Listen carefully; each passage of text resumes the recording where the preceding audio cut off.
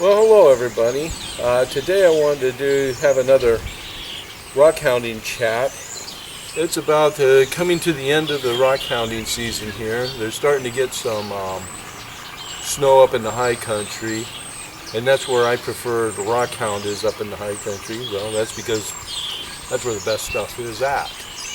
But one of the things, though, of learning where to go into high country is learning what you're looking for, and sometimes you have to start in the low country to understand what could be up in the high country. And I'm talking about, like, this time of year, you'll be down here on some of these streams, lower streams, and these streams have been picked over real well, especially with the internet, and rockhounding has become more popular than ever. I've been on a couple of the streams, and I can tell that they've been heavily picked.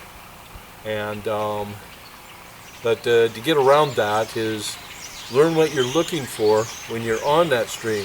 You might not be getting the better stuff because now that it's already been taken, but you can see from the things that were left or the things they just didn't want that maybe there might be something better in the high country, to where, you know, the average rockhound is just not going to go. And what I'm talking about is when you get out on these deltas and stuff where the river ends, a lot of times, like I've said before, that's where all the light material is. Everything that's real good has sunk. And you may think, well, you know, each flood, you know, there's new material. And yes, there are, sometimes you'll find some good pieces, but they're not going to be big. I mean, most generally you're looking at a tumbler. If you get something the size of your fist, you're doing pretty good.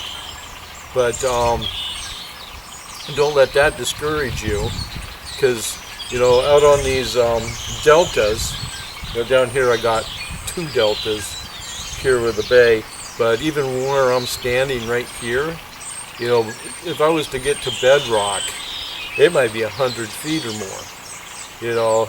And you got to kind of look at this area like it's a large gold pan.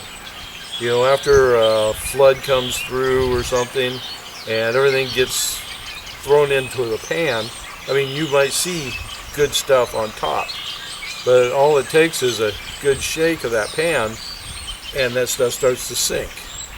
Well, we're prone to have earthquakes here, so that stuff sinks pretty fast. And right where I'm at, I mean, the water table's 20 feet maybe below me, so this just gets liquefied and all that heavier stuff will go down, so it sinks out of sight pretty good. So just treat all these lowland stream systems like the gold pan. What you're going to see on top is the lighter material. Now, but even in a gold pan though, you're going to see things on top like quartz. And quartz will give you an indication that there was hydrothermal activity up on these streams, somewhere up there in the mountains. And that's a good thing. And, you know, you're just thinking, well, I don't want to go look for quartz. Well, sometimes quartz, that's what made it down. Sometimes in those veins, other things have happened. Like, say you have a quartz vein like this here. This here's some chalcedony, and it was just one shot that came up. Did get a little bit of coloration, but not much.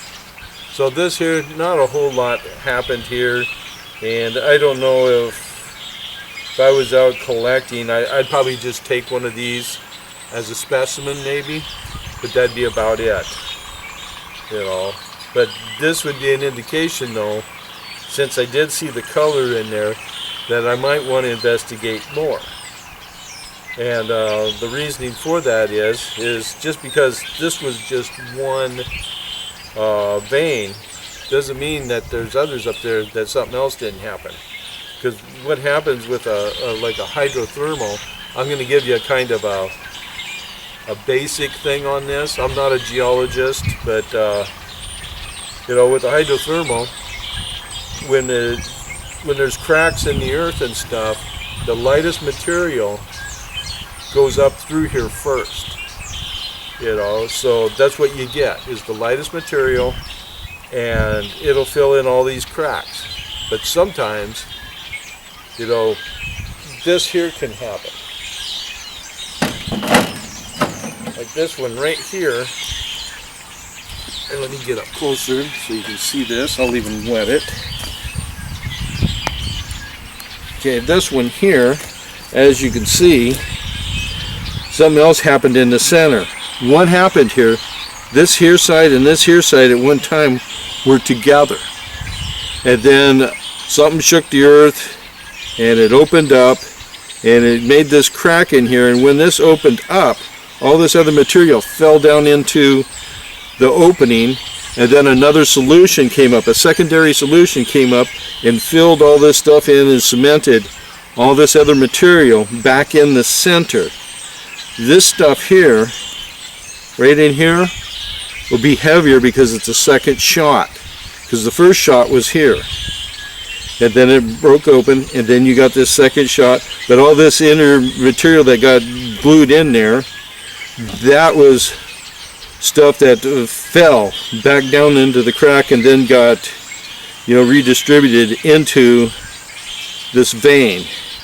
So yeah, you got a bit of the host rock here, which was in here, and then you got pieces of this agate that was in there, and so that's what happened there.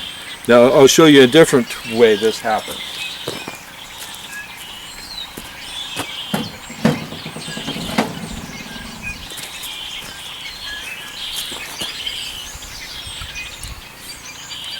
Now this one here, kind of the same thing. Let me back up here. Kind of the same thing. This here and this here vein went together, split apart, and then a small one of this here vein was in there, and then it broke apart again, and then, so this was a third shot that came through. And so then you get all this banding in here. So that's pretty cool when that happens, and this is the type of stuff you're looking for. Now I'll show you something else here.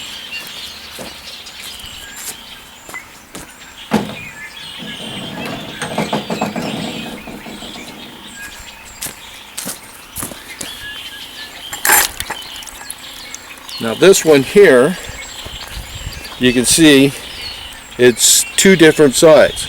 What happened here, we'll just say that this jasper came in first, and this was the edge of where the, you know, the host rock used to be. And then what happened, it cracked open, and instead of splitting apart, it just split along that edge, and then this filled in the gap. So there's two different flows that came through, and that's how that happened. And you'll say, well, you know, where I'm at might not have been a good area. Well, where I found these is in two different locations. Some of those were in the Cascades, some of these were in the Olympics. And the only, when you got down into the lower level, the only way that you might even have known that either one of these was here, you might have found a little piece about like that. You know, just a little, you know, tumbler size maybe. And that'd been the only indication that up in that stream there might have been, you know, this stuff, because when it's small like that, it'll stay on top, but when it gets to this size, it's going to sink. But that's something you look for, because you never know. It could have broke off, and then another, some other fluid came through and did this. So that's pretty unique. Now, the other thing you need to do is learn the difference between an epithermal and a hydrothermal.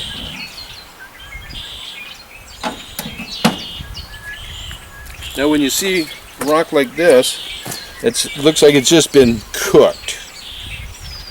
That there's a epithermal vein. And the difference between a hydrothermal and an epithermal is where they are formed in the earth. There's a lot of videos on that, you know, from geologists, and they'll give you a pretty good tell you what that means, and it's something that you should learn if you want to be able to go out and find your own locations and stuff. Because if you're just in the river, you're just going to find, you know, the stuff that's left over, or you're going to find the stuff that not as good as quality as what you might find up on the hill. But you see that's just looked like it's just been baked, and it has been. And but when you find an epithermal, though, there's the chances that you're going to get into better colors. Now this one here was just kind of a kind of a gray color in there. Yeah, I'm not all that happy with that. But if I cut deeper in there, that their color could turn to a blue. And maybe if I cut around the backside, it might do that. But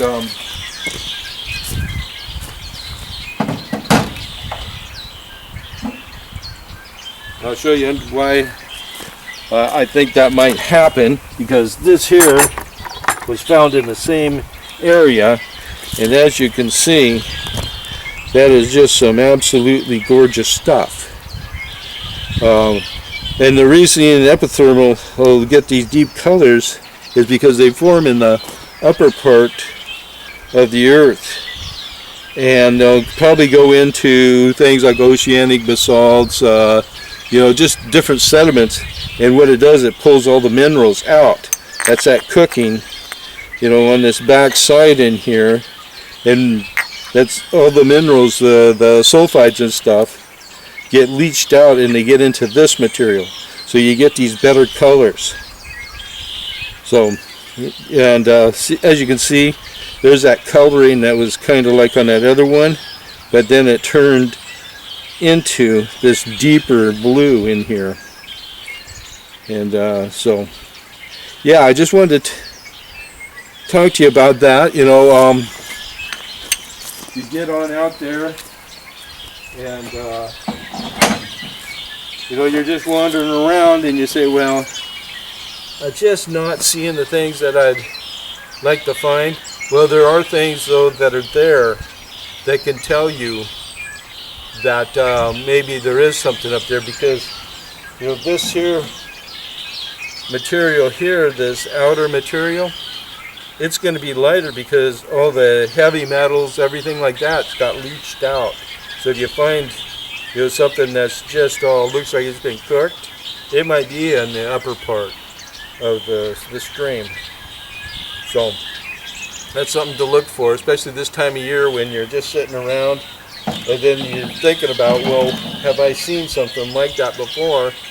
And if you have, maybe next spring, next summer, you get in there and you start looking around, and who knows, it may lead you into something good. And like I say, there's a lot more material out there that needs to be found than has been found.